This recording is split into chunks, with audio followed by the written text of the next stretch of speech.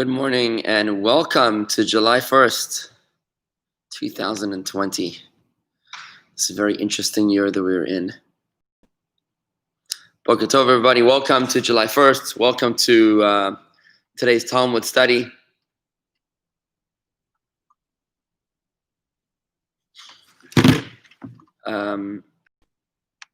Looking forward to studying some Talmud together with you this morning. Oh, there we go. Okay, the group is here. Good morning, Marty and Ed. Lovely to see you. Good morning, Keith. Today's Torah study is generously sponsored by Andy and Chana Siegelstein in honor of my daughter's Bas Mitzvah. Thank you very, very much for bringing merit of Torah and Mitzvah to my daughter. Generosity, Andy and Chana, we are grateful. Thank you so much. Today is the 9th day of Talmud. Let's begin with the Hayom Yom for today. The Hayom Yom goes as follows. The greatest guaranteed assurance of divine assistance for all Jewish parents in need of special help and deliverance for their children is through their support of those who study Torah. Now, isn't that remarkable that today's Torah study was sponsored by Andy and Chana Siegelstein in honor of the Bat Mitzvah of my daughter? That by your supporting Torah study, you're drawing upon yourself the greatest guaranteed assurance of divine assistance for your children in need of any special help and deliverance for your children as well. So certainly appropriate how we connect today's Hayom Yom with what's going on. If you're looking for blessings in your life, especially for your children, the way to secure that, today's Hayom Yom is telling us, the way to secure that is by supporting the study of Torah. So here goes nothing. We are live and well. Good morning, Elaine. Great. Okay. We're studying today the Talmud about the meaning of our names. It's fascinating. We know we have English names, but we know that we also have Hebrew names. Our Hebrew names are our real names. They are the names that Tanya tells us are the channel of energy, divine flow from heaven, from God, down to our specific identity. It's interesting that we learned last week and Thursday night in the paradigm shift class, when we were redefining our perception of ourselves, that the Rebbe said that every one of us is in essence our divine soul. That's who we really are. And it ties in beautifully with what Tanya teaches elsewhere, that the Hebrew name of everything is effectively the flow of its energy. When God created the world, he created it through speech in Hebrew. And therefore, the divine utterance, the name of everything in Hebrew, is the channel through which it receives its blessing. If that applies to an object in general, like a table or a tree or an animal, it also applies certainly to our individual names, David, Moshe, Eliyahu, Pinchas, Sarah, Rivka, Rachel, and Leah, that our Hebrew names are the channel through which we receive a divine character, our blessing, and our personality. That's why when somebody is sick, how do we pray for them? We use their Hebrew name. Very important to pray for them using their Hebrew name and their mother's Hebrew name, which is their full Hebrew name. When we daven for somebody in Hebrew when we daven for someone using their Hebrew name, we're going straight to their life source. It's not just a matter of being cute or sentimental by using their Hebrew name.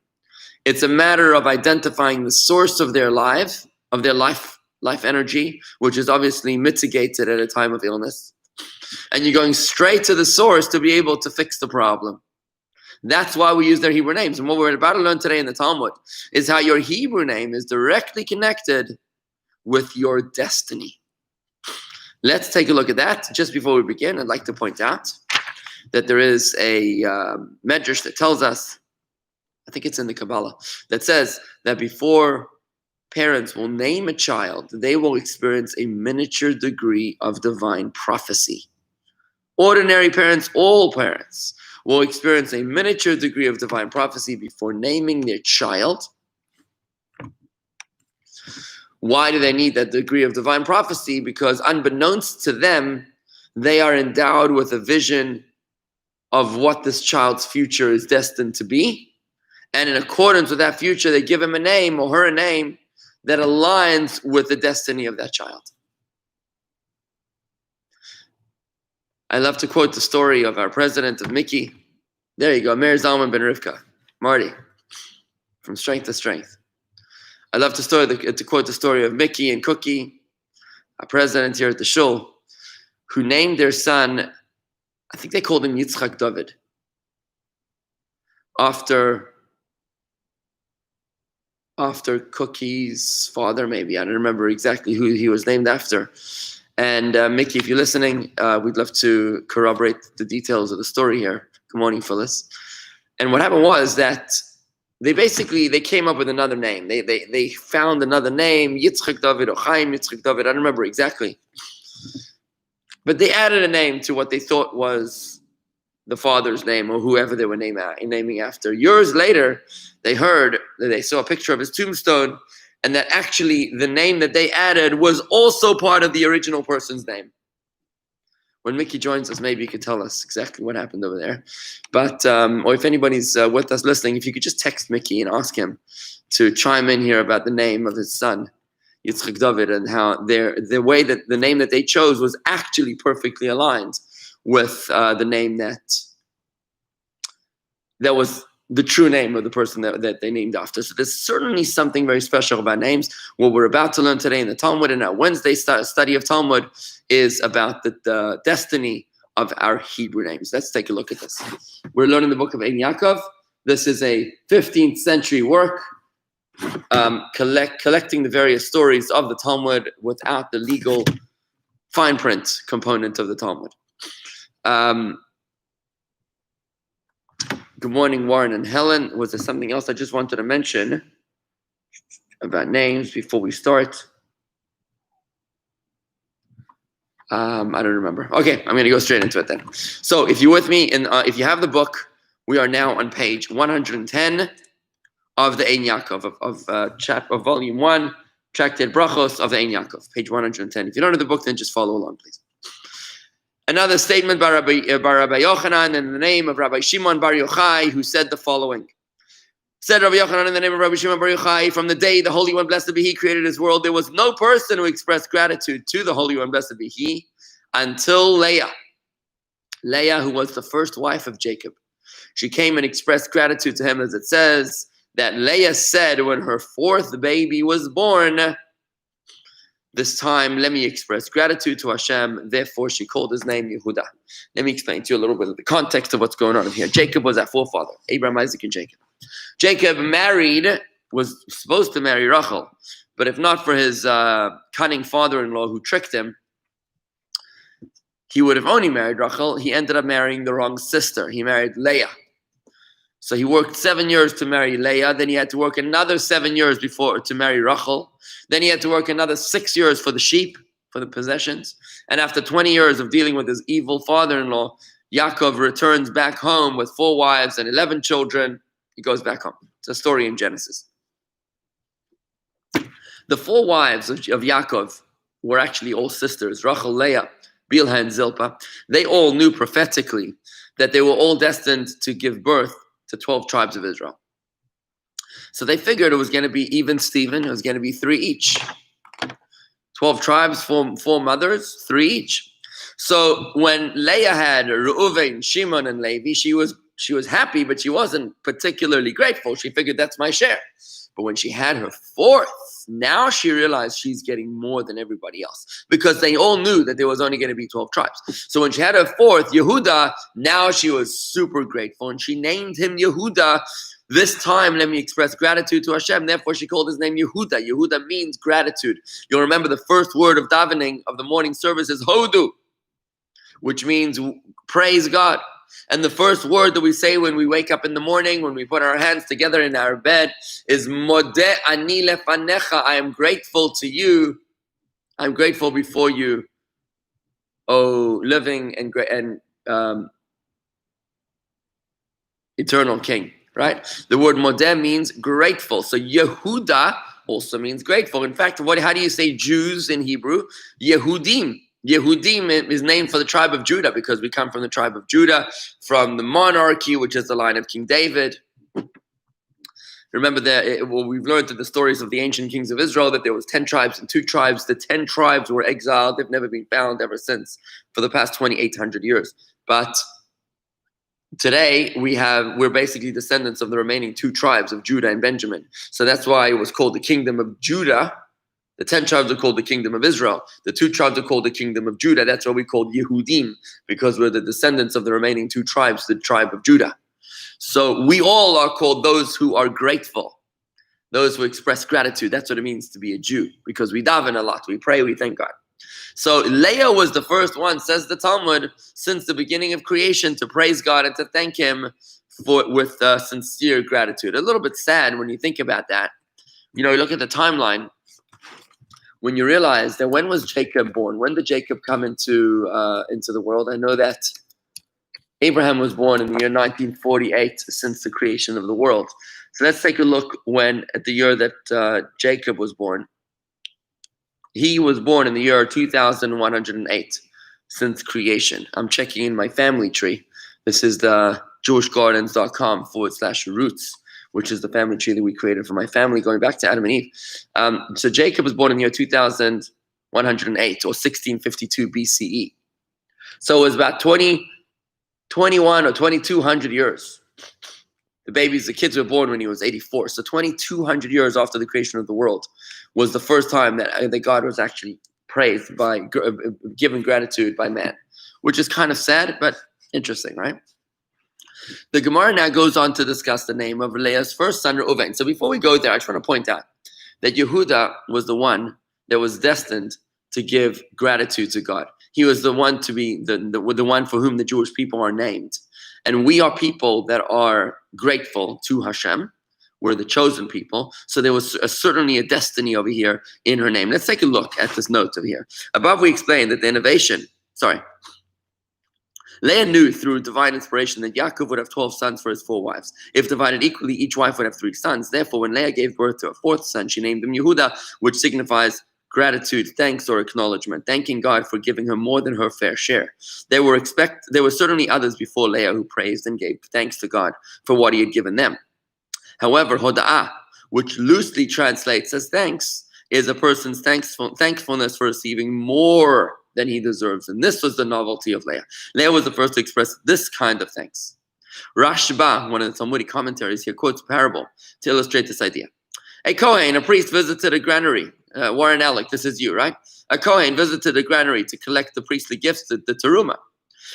The Kohen's portion that must be separated from the crop. The farmer gave him a large quantity of teruma wheat, which the Kohen took without thanking him. Another person came along and gave the Kohen a handful of ordinary wheat, and the Kohen thanked him.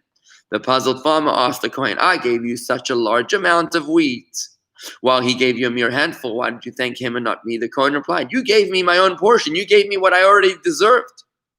The truma, which is the priestly gifts that I was already entitled to biblically. However, he gave me from his own portion ordinary wheat, which I was not entitled to, and therefore I thanked him. So that's a little insight into the novelty of Leah's gratitude. Not that nobody else, Abraham certainly was grateful to God, and Noah too, and others. But it was Leah who was the first to praise God for more than her fair share. Above, we explained that the innovation of Leah's gratitude was that she thanked God for giving her more than her fair share. Ksav Sofer has a different explanation of her special gratitude. The patriarchs thanked God for his kindnesses long before Leah came along. However, their gratitude was in a sense less noteworthy because they benefited from many outright miracles.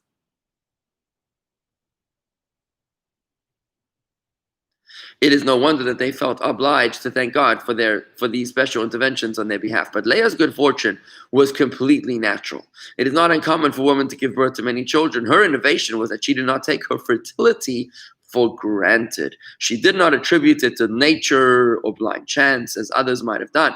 She saw the hand of God in the natural course of events, and she gave expression to her sincere feelings of gratitude for this. This was something new and praiseworthy, and the sages give her credit for it,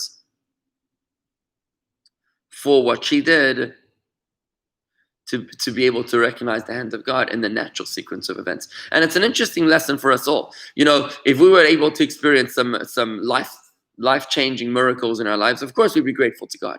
But when we see the hand of God, when we're able to see the hand of God in the natural events of our lives, in the ordinary as opposed to the extraordinary, that is a chiddush. That's a novelty. That's something special. That is something which we learn from our Leah, from Mother Leah. Yet another explanation is offered by Maharam Shik, another Torah Talmudic commentary. Every Jew is endowed with a holy soul and thus has a deep-seated desire to serve God at all times. This aligns with what we learned on Thursday night at the Paradigm Shift class, which was that the core of every Jew is our soul, is our neshama, is our godly soul, and that powers and motivates every single thing that we do, not only the good, but even the bad and the ugly. The problem, however, is that one also has a lower physical nature with an entirely different set of priorities. We have a natural soul as well. The messages from this other side often drown out one's own spiritual sensitivities and cut short the occasional bounce of inspiration that turn one's attention heavenward. It is therefore common for people to work up a feeling of gratitude for their blessings and express it before God, only to see the feeling dissipate as other less noble interests jostle for attention. Leah was concerned about forgetting God, about forgetting her gratitude. Leah was concerned about this possibility. She wanted to hold on to her grateful feelings so that they might draw her closer to Hashem in a lasting way. To accomplish this, she needed a reminder to always be grateful. That could dependably reawaken the feelings that had uplifted her when her fourth son was born. She thus created a reminder by calling the name of her son Yehuda based on the word gratitude, Hoda'ah. In this way, she would be reminded of her gratitude every single time that she used her son's name, and would thus never lose sight of the divine kindness to which she owed her good fortune. Her natural soul's selfishness would never be able to drown out her godly soul's sincere gratitude to God, because the name of her son would always remind her to be grateful to God. According to this understanding, the verse quoted by our Gemara can actually be rendered as a rhetorical question. Shall I express gratitude to God only this time? Therefore, because she realized that she must thank God not just once, but perpetually, she called his name Yehuda. Yes, others gave thanks before Leah, but according to this interpretation of the Talmud, she was the first to ensure that her gratitude would be ongoing. And that is the uniqueness of the gratitude given by Leah. We've got two interpretations. One was that Leah was the first one to give gratitude for natural events, which most people would just dismiss and say was random or Mother Nature. And the second interpretation was that she was the first one to make a perpetual reminder for her gratitude before God and make sure that it would never be forgotten. Mickey, I see you've just joined us, and I'd like to ask you, what was that story with your son that you named him? I think it was Yitzchak David, and you thought you were naming him after a parent or an ancestor, and it was much later in life that you realized that the name that you had actually given him, thinking that you had added a name, was really the actual full name of the person you were naming after. If you could just post that story. It relates to what we're learning here today, which is the Talmudic teachings about the prophetic nature of our Hebrew names, how our Hebrew names are directly associated with our destiny because of the miniature form of prophecy that we experience that every parent experiences when they name their child. When you name your child, I want you to think about the moment when you named your children. Why were you drawn to a certain name and away from another name? Why you liked the name Jonathan and you didn't like the name David? You liked Sarah, but you didn't like Rivka. The reason you felt that way is because you were experiencing a miniature form of prophecy, which was guiding you with your child's name because of their destiny, without you even realizing it's subconscious. And that's why you should never interfere with your children when they name their children. Let them name their children according to the way they want, because if you get too involved, you might mess up the destiny of the child. Okay, Mickey, if you could post that story, that would be very nice. The Gemara now continues to discuss the name of Leah's first son, Reuven. So we spoke about the destiny of Yehuda, which became the name of the Jewish people. Now we're going to talk about two more names. We're going to talk about Yehuda, we're going to talk about, Reuven, and we're going to talk about Ruth as well. Okay. Reuven. The Rabbi Dovid said the name Reuven can be understood to be made up of two words, Reu, see, Vein, a son. See, a son. Thus, by naming him Reuven, Leah prophetically said, Reu, see the difference between my son and the son of my father-in-law, the firstborn, Esav. See the difference between my firstborn son and the firstborn of my father-in-law, Esau. That's what was hinted at in the name Reuven. See, here's the son. Look at this mensch. What was she talking about? For Esau, the son of my father-in-law, even though he voluntarily sold his birthright, that is, he sold his rights to be firstborn to Yaakov, as it is written about Esau, when he agreed to sell the birthright for a pot of lentils, and he sold his birthright to Yaakov. We know the story. It's recorded in Genesis that on the day that Abraham died, Esau came hunting from the field. He was very tired. He found Yaakov cooking lentils, which is the traditional food to give to mourners. It's a round food like the bagels that we give the mourners to remind them of the circular motion of life. Life is a circle, goes round and round. God gives and God takes. And Esau asked of Yaakov, he says, give me some of your lentils. He says, well, will you pay me for it? What do you want? And Yaakov says, I want the birthright. So Esau says, no problem. You're the firstborn. Here, he signed him a document. And Esau ate the lentils. So Esau sold his firstborn status for a pot of beans. Yet we find that he didn't forgive him the sale. Esau regretted it deeply. Yet we see what is written about Esau after Yaakov received the blessings from his father Isaac. Later on, when Yitzchak blesses Yaakov by mistake, thinking that he was Esau because Yitzchak wanted to bless the firstborn. And later on, he found out that Yaakov was actually the firstborn. Esau was very, very angry. It says Esau harbored hatred toward Yaakov because of the blessing for which his father had blessed him. In fact, Esau would try to kill Yaakov.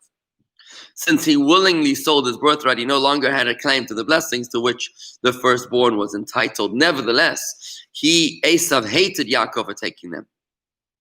And also it is written that after Yitzchak told Esau that Yaakov came and took the blessings, it says, Esau said, is it because his name was called Yaakov that he outwitted me these 2 times?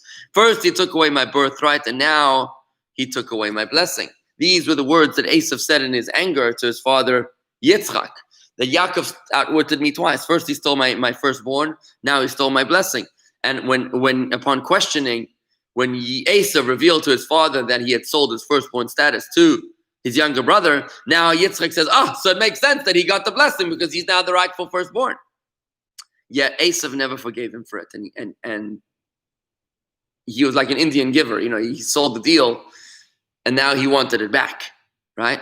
So this is what Leah was saying about her firstborn son. Look at my son compared to my father-in-law's firstborn son. My son is different because when my father-in-law's firstborn son, Esau, sold his firstborn right, he was very angry about it. However, my son Reuven is different because in the future his younger brother is going to take over the firstborn status, even though Joseph took the right of firstborn from Reuven against his will. How did Joseph take the firstborn status away from Reuven? As it is written regarding Reuven, when Rachel passed away, she was very young when she passed away in Bethlehem, where she's buried until this very day. It says that Reuven moved the bed. It says Reuven defiled his father's bed because he slept with his mother. That's what it says, and it's kind of weird, right? What does it mean that he slept with his mother? And the Torah explains, not that he slept with his mother. He defiled his father's bed means that he moved his father's bed because his father's bed used to be with his favorite wife, with Rachel. And when Rachel died, there was tremendous insecurity from the sons of Leah because the sons of Leah felt gypped. They felt second fiddle to the sons of Rachel. That's one of the reasons that Joseph was hated so much by his brothers, because his mother was the favorite wife. And everybody knew that Leah was married only by mistake to Jacob, if you remember that story in Genesis. So when Rachel died, Reuven, the firstborn son, was very afraid that Jacob would move his main bed to the tent of Rachel's maidservant. Her name was Zilpah. He wanted his father's bed should go to his mother's tent, to Leah's tent. And that's why by moving his father's bed, Reuven he crossed the line. He doesn't belong choosing his father's marital bed. And that's why his father admonished him, and he said, and when he defiled his father's bed, his right of firstborn was given to the sons of Joseph. And this quote is from the Chronicles, Divrei Hayamim, which is part of the Tanakh. So Reuven had the firstborn status taken away from him, unwillingly. Yet Reuven was not jealous of Joseph. How do we know that the firstborn status was given to Joseph? Because Joseph was now prime minister of Egypt. When he died, when Jacob died, he said to Joseph, "You will receive the double portion, which normally goes to the firstborn." So remember, there was 12 tribes of Israel, right? But Joseph was the one who merited to have his tribe split into two. Manasseh and Ephraim each received a portion in the tribes of Israel. So the 12 tribes became 13 because Manasseh and Ephraim actually received each a portion. Joseph literally received a double portion as if he was the firstborn. Normally, according to Torah law, the firstborn receives double portion of the inheritance. If there's two brothers, two children that inherit the father, then the firstborn will receive 2 parts, and the secondborn will receive 1 part. That's how it works in Jewish law. So Joseph was the one that received the double portion. He was, in truth, the firstborn. Yet Reuben was not jealous of Joseph. In fact, he even saved Joseph's life, as it is written, when they were trying to sell Joseph as a slave. Reuben heard and he rescued him from their hands. So, long story short, the reason why Leah named her son Reuben is because she foretold the destiny of Reuben. She sensed that he was going to be a different kind of firstborn, different to the firstborn of her generation, which was the firstborn of her brother-in-law Esav, who was very wicked and regretted selling the firstborn. My firstborn will be able to fargin. He will be tolerant and kind, patient in passing over the firstborn status, even though it's against his will, to his younger brother, to Joseph. Let's take a look at these comments that are coming in here. So Mickey says the stories like this. We were naming him after my grandfather, Yitzchak. Cookie wanted him to have a middle name, but for several reasons had no other relative to name after him. So we just gave him a middle name, David. Yitzchak David. So I was right in the name being Yitzchak David because Cookie felt it sounded nice.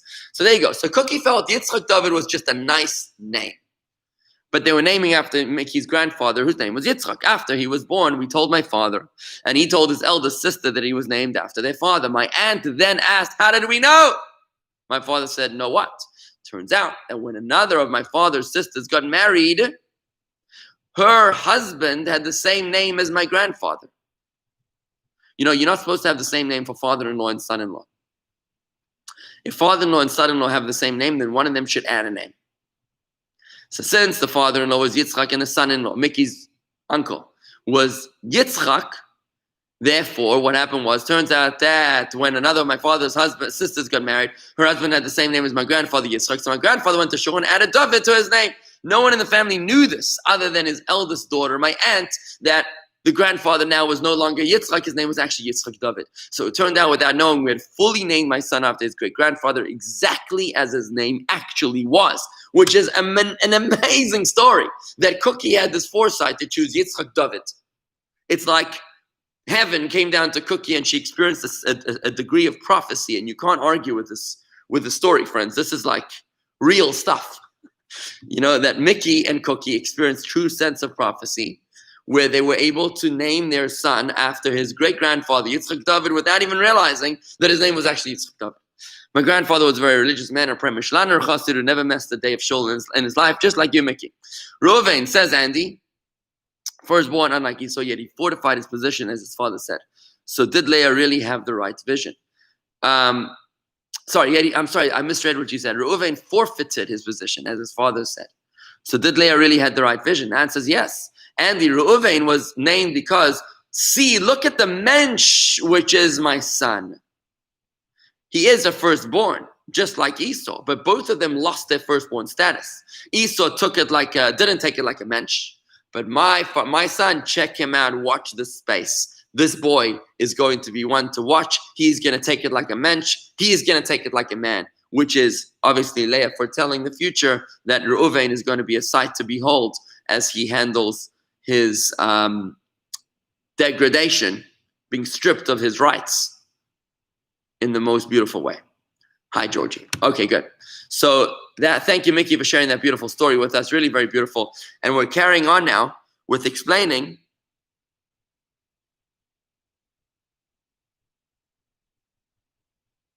well, let's go a little bit deeper into Reuven. The verse actually gives a different reason for the name Reuven. We've explained so far why she named him Reuven. The reason was because watch him how he's going to behave like a mensch.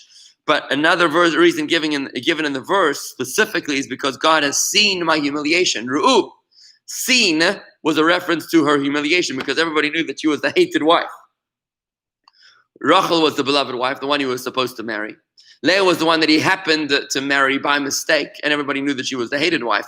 And therefore she said, God has seen my humiliation and therefore has given me a gift of a firstborn son. However, that reason explains only the first part of the name Ru'u, doesn't explain the second part, vain. The Gemara thus here explains both parts of the name. Okay. But the Vilna Gaon gives another reason. He explains that normally when discussing cause and effect, the cause is mentioned first and the effect isn't mentioned afterwards. Thus, we would expect the reason for the name to be mentioned first and then the name. This indeed is how the names of the other sons are presented in the Torah. First you mention the cause, then you mention the effect. Reuven is the exception where first you mention the name and then you mention the cause. There the verse states, Leah conceived and bore a son. She called his name Reuven, that's the effect. As she had declared, because God has seen my humiliation, seen meaning Ru'u. Putting the name before the reason, the sages saw in this a hint that there was another reason. The fact that the effect comes before the cause shows us that there is another reason for Reuven's name besides the reason given in the verse. Okay? So that then explains to us, friends, the destiny behind two names in the Torah. One is Yehuda, who was destined to be grateful. By the way, David, who was a descendant of Yehuda, was constantly praising God in the book of Psalms, right? He was the great praiser of God, which is the source of many of our prayers in Tehillim. So certainly David was grateful and praising to God and acknowledging and what was that word over there? He was grateful and thankful and acknowledging God. So, and we find, by the way, that Saul, who was the first king of Israel, lost the kingdom because he refused to acknowledge his mistakes. He always blamed someone else. But David, who was the second king of Israel, whenever he found out that he made a mistake, he immediately acknowledged his mistake. And that was the reason that he was chosen as the eternal monarch of Israel. So you see right here that within the name Yehuda, acknowledgement, you see the greatest scion of Yehuda, which is David. You see that he has this element of acknowledgement, of humility, of being able to confess and stand up and acknowledge. That was the key to why the kingdom was devoted to the line of David, to the line of Yehuda, because Yehuda had this key ingredient of acknowledgement. So we spoke about the prophecy within the name Yehuda. We spoke about the prophecy within the name Reuven. And one final one we'll do today, in the prophecy in the name of one of the most famous ancestors of Mashiach, one who married into the family of Yehuda, and that is Ruth. After explaining, we learned a lot about her on Shavuos.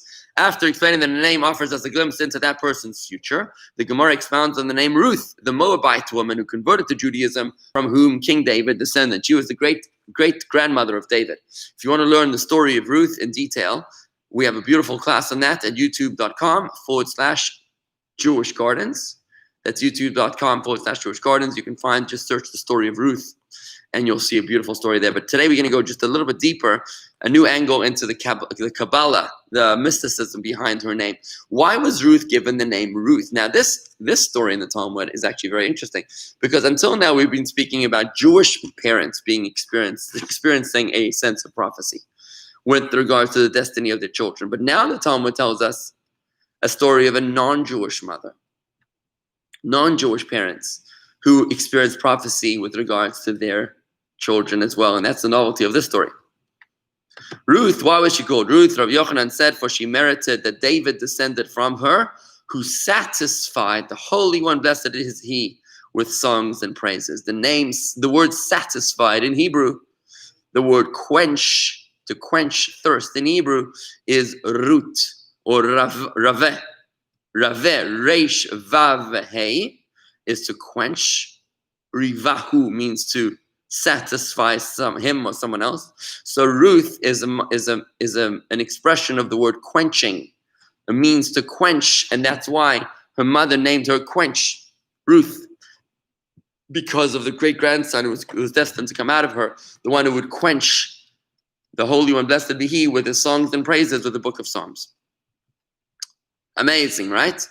The Gemara explains what basis there is to make such derivation, and from where do we know that a name is the cause of future occurrences? Rabbi Lazar said, for the verse says, go and see the works of God, This is this quote is from Psalms. Tehillim 46, verse 9. Rabbi Lazar quoted the verse, "Go and see the works of Hashem, who has made devastations in the land." Who has made devastations in the land. The word devastations, shamot, can be read as shemot, which means names. So it's the same exact spelling, just a different vowel. So you can read it, "Go and see the works of God who has made devastations in the land," or you can read it as, "Go and see the works of a God who has made names in the land." Do not pronounce the word shamot, devastations, rather pronounce it shemos, names. The verse thus means, go and see the works of God who has placed names in the land, i.e. God acts in this world in accordance with the names he has devised for the participants. Fascinating stuff. So you've got this verse in Tehillim 46:9, which basically tells us explicitly that God works based upon the names that people have been given, which is why you've got to be very, very careful not to give somebody an evil name. You're not supposed to name a child Nimrod, for example, which is the name of someone who rebelled against God. You're not supposed to name a child Hitler or Satan or Pharaoh, because these are all names of evil and idolatry and corruption and all those kind of things. You're not supposed to give a name like that. But you are supposed to give a name which is holy and pure. You're supposed to name after someone that was righteous, after an ancestor in the family. That is so very, very important. I hear in America, I still have never been able to get used to it, that people will say, okay, we named our daughter Beatrice for her great-grandmother Genendel. And I'm thinking to myself, what's the connection between Beatrice and Genendel? They're like, yeah, the letter E. It doesn't really work like that. You want a name, you got to give it a Hebrew name, number one. And it's got to be the same Hebrew name, just like Mickey and Cookie did. You want to name the kid Yitzchak David after Yitzchak David. You can't name him. You can't name the kid Jessica after Yitzchak David because there's a J somewhere. It's not the same name. The name is very specific. It's like an email address. It's a code. It's a DNA. It's an HTML code, right? You can't say that my email address is Mickey Mouse Banana Party, because it reminds me of rabbi@jewishgardens.com. It's not the same. It's a different name. It's a different key. It's a different code. It's not the same name. You want a name after a righteous person, you give the same name. You don't want a name after the righteous person, then you give a different name. It either is the same name or it's a different name. It doesn't work with both. With both, you can't have both at the same time. So we see that Ruth was given. Now, why was she given the name Ruth? The commentaries explain, was she given the name Ruth when she converted, or was she given the name when she was born? So some commentaries say she got the name Ruth when she converted, and that's when the prophecy was experienced. Others have understand that Ruth was the name before she converted. Even though a convert generally does take on a new name when converting, Ruth did not. The Gemara here understands that if Ruth kept her original name when she converted, this indicated that the name had some deeper meaning. That was the way I understood this Talmud, that it's talking about a prophecy that was experienced by non-Jewish people. In this case, it would have been mother of Ruth.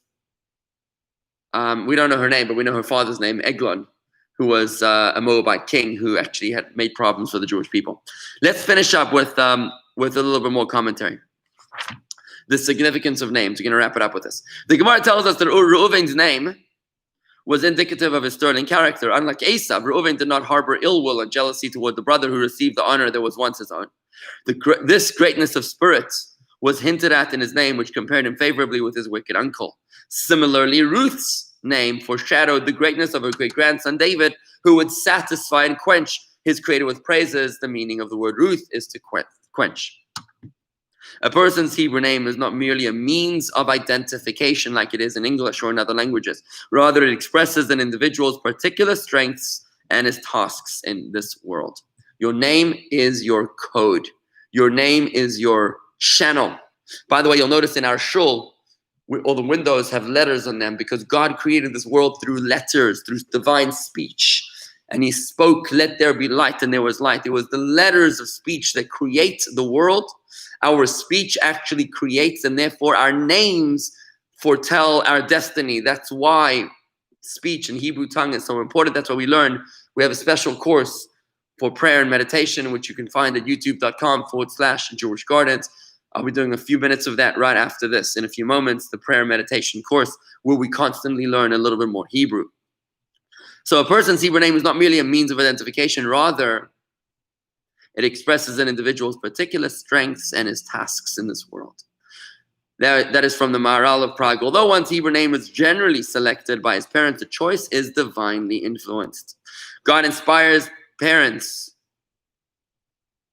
to give their children the Hebrew name, by which he himself calls the child's soul in the heavens. Thus, each person's name reflects the depths of his original nature, of his spiritual nature, and embodies the particular qualities that differentiate his soul from all others. And this comes from the Arizal in the Gates of Reincarnation, a fascinating work by the Arizal. This is what our Gemara means when it says, based on Tehillim 46:9, that God has made Shemos, names in the land, the reference to the spark of divine inspiration that God injects into the minds of parents, even non-Jewish parents, naming their child to induce them to choose the correct name. By inspiring the parents, God makes names in the land. So we all are prophets on some level. Since a person's name is indicative of his nature, it can, to some extent, predict his actions as well. The Gemara elsewhere teaches that the wickedness of the spies, we spoke about them a few weeks ago in the Torah, the wickedness of the spies who spoke evil falsehoods about the land of Israel can be discerned in the names that they carried. For example, one of the 12 spies, his name was Sisur ben Michael. Sisur was given this name because he contradicted God's promise of a good and bountiful land. Sasur means to conflict with, to contradict. Listor means to destroy or to argue, to debate. So his name was Sasur because he was debator or contradictor. He contradicted the promise of God. And because he depicted Almighty God as one who is weak. This is not to say that one's actions are determined by his name. A person has free will and chooses his own path. Rather, this means that the nature expressed by a person's name can be used for either good or evil. Whichever path the person chooses, the potential for that choice was inherent in his name. You know, we had a member of the community, when he passed away, he told me, I couldn't believe it, on his tombstone. His name was the name of one of the chiefs of Esau in the Torah. And I thought it was remarkable. It's a very unusual name. This guy was was involved in some interesting dealings, to suffice it to say. When he was involved in good things, he gave it everything he had. When he was involved in not such good things, he gave it everything he had. It was interesting to see how his Hebrew name was expressive of, he had this passion of Esau in the good that he did and in the not such good that he did. So it was with Ruth, whose name predicted that King David would descend from her. This was not mere happenstance. Rather, Ruth earned her illustrious offspring through her goodness and righteous deeds. Her greatness of character and the good deeds it would inspire in her offspring was embodied in her name. And that, my friends, concludes the lesson that we've learned today, the meaning, the significance of our names, and how important it is to carry and use your Hebrew name. So if you have a Hebrew name, use the Hebrew name. My name is David. I remember when my kids were born, somebody said to me, a very old woman, she must have been well into her 90s. She said, "You calling your kids Musya and Eti? What about an English name? How can you not have an English name?" And I said, they don't need an English name. This is their name. Their name, like my name is David, my wife's name is Chana, my daughter is Musya, and my other daughter is Etta. That's their name. They don't need an English name like Jennifer or Janice or Ethel. Their name is Etta. That's their name. That's what we call them. And a name is not just a label, identification. It's a channel of blessing. Every time you say the name, you're drawing blessing. You're arousing the essence of your soul. That's why when we call you up to the Torah, we use your Hebrew name because we're connecting you to your life source, the Torah.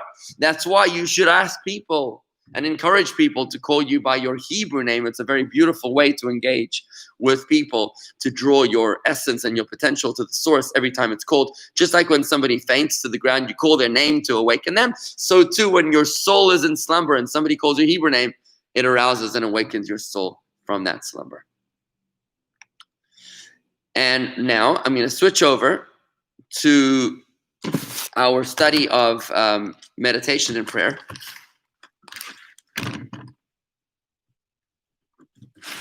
Where we are very close to finishing the Shema.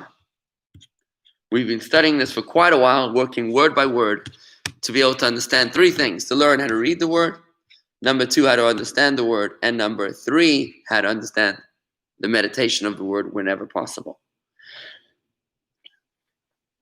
Okay, so now we did the word I. That was the last word that we did. If you want the Hebrew prayer book, I'm going to get the prayer book right now. 1 second.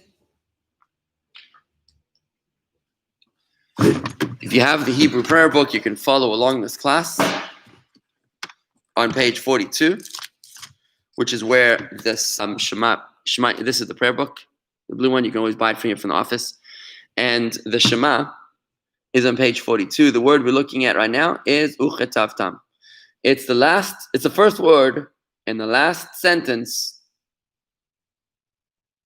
end of the first paragraph of the Shema. Uchetavtam. I'm pointing to it. First word of the last sentence, ending the first paragraph of the Shema. Uchetavtam. Now, I don't have my Hebrew letters in front of me, but the root of this word is kaf, taf, vet. Kaf, which is a letter that looks just like this. Kaf letter. No, I'll point it to you right here, actually. Can be a little more resourceful. Here. So, here it is. There's the Hebrew letter kaf. You see, when it has a dot, cough drop, it's a kaf. When it has no cough drop, it's horse, it's a chaf.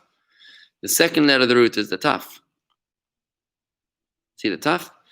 Which has a toe. It's got that little toe next to it. When it has the toe, it's a taf, as opposed to the letter chet. As opposed to the letter chet. You see the letter chet, which has no toe. The letter taf has that little toe, which is what makes it a taf, right? So that is the second letter. And the final letter is the letter vet. There it is. The letter vet, when it has that little leg sticking out from its back, when it's like a boot, it looks like a boot. So when it has a dot, a button in the middle, it's a bet. When it has no button in the middle, it's a vet. So that is the root of our second, the root of our word here today, which is katav. Very interesting that the Torah is made up of three parts: Torah, Nevi'im, and Ketuvim. Generally, we call it the Tanakh. Tanakh is an acronym for Torah, 5 books of Moses, Nevi'im, which means the prophets like Ezekiel, Jeremiah, Zechariah, all the prophets. And the third part is called Ketuvim, which means writings. Ketuvim is writings. That would include King David's Psalms, King Solomon's Song of Songs, Ecclesiastes, and Proverbs. That would include the book of Esther. That would include the book of all the various additional books like Daniel, right? Those are the writings. They're not necessarily the prophets, but they are the writings. Why is it called Ketuvim? It's exactly the same root word of katav, which means to write. So the word uchetavtam al mezuzot beitecha v'sharecha in the context of the Shema means, and you shall write them upon the doorposts of your homes and upon your gates. It's talking about the mezuzah, right? Being written upon the doorposts of your homes and upon your gates. So the word write, katav, is the meaning. The word means to write. The meaning of the word is writing, and therefore, when you're dealing with the third part of Torah, the Ketuvim, the third word of the Tanakh, you're dealing with Ketuvim, the writings, right? You know, it's interesting, when the sages saw the book of Esther after the Purim story, it wasn't that long ago, it was like 2,200 years ago. They weren't taking any more Jewish holidays. I mean, Hanukkah came afterwards, but when Esther and Mordechai wanted to propose that Purim become a national Jewish holiday, they were a little skeptical about it, and they wrote up the story of the Purim story in the Megillah. They were a little skeptical about it until God opened their eyes, and he showed the sages how the stories of Purim were hinted at in the Torah, and they realized that this was written by divine inspiration. And that's when the sages agreed to adopt the book of Esther into the Tanakh, the writings, and to adopt the festival of Purim as a full-blown but less intense Jewish holiday. So it's not a biblical holiday, but it's a rabbinical holiday. So that's why it didn't make it into the prophets category, it made it into the writings category. Still pretty impressive to make it into the writings category. Now, what happens when you get married? What do you give your wife? The oldest document known to mankind that protects the rights of a woman is called the Ketubah. Why is it called the Ketubah? Because the Ketubah means a written document, something which is written. A Ketubah in the feminine form is a document that gives the woman 10 protections. The husband is obligating himself 3 biblical and 7 rabbinical obligations He's obligating himself to give her food, clothing, sexual pleasure, time it's called, and 7 other rabbinic obligations. These are the rights that protect the rights of a woman. In Islam, you want to divorce a woman, you just tell her to leave your house 3 times and she's divorced. Penniless. But in Jewish law, 4,000 years ago, you could not divorce a woman and throw her out of your house penniless. She was taking half the keys to the kingdom with her. You had a lot of respect to this woman when you realize that she comes with a big price tag, right? And that is what's called a Ketubah, right? Certainly protecting the rights of the woman long before anybody ever dreamt up Rosa Parks or any other women's liberation rights. Which is why it's so funny to me that people will say that Jews somehow don't respect women. It's so indicative of a fundamental misunderstanding of what it means to be respectful to women. Right? When they say that women are on the other side of the wall, on the other side of the mechitza, somehow that's less important. We've spoken about this many times. When you realize, when you put things in historical context, how the Torah protects the rights of women 4,000 years ago, you've got to be very, very, very careful before you criticize Judaism. Observant Torah law, Torah Judaism, before with regards to protecting and respecting women. Anyways, why do you say a journalist in Hebrew? It's a katav. A katav. Kav tav vet is somebody who writes. He's a journalist. In English, journalist doesn't really mean much. I guess it means journal. But a katav is a writer. Somebody who is our writer is a katav, right? By the way, this is also one of the 39 prohibitions of Shabbat. 39 things you're not allowed to do on Shabbos is writing and also erasing. Those 2, actually, of the 39 prohibitions of Shabbat is to write. You're not allowed to do that on Shabbos. What else is a manifestation? So when you say handwriting in Hebrew, it's called ktav yad. Handwriting. Handwriting. Yad means a hand. Ktav yad means writing of the hand. It's a handwriting. When somebody gives you their lineage, their family tree, it's called ktav yachas, a writing of yichus. We know the meaning of the word yichus. Yichus means pedigree, right? So ktav yachas means the writing of my pedigree. And if you meet a rabbi and you want to know who gave him rabbinic ordination, it's called the ktav smicha, which is the writing of his support or endowment. Rashi has a special font, the Rashi font. It's very difficult to read. If you're not trained in the Rashi font, it'd be difficult to read it.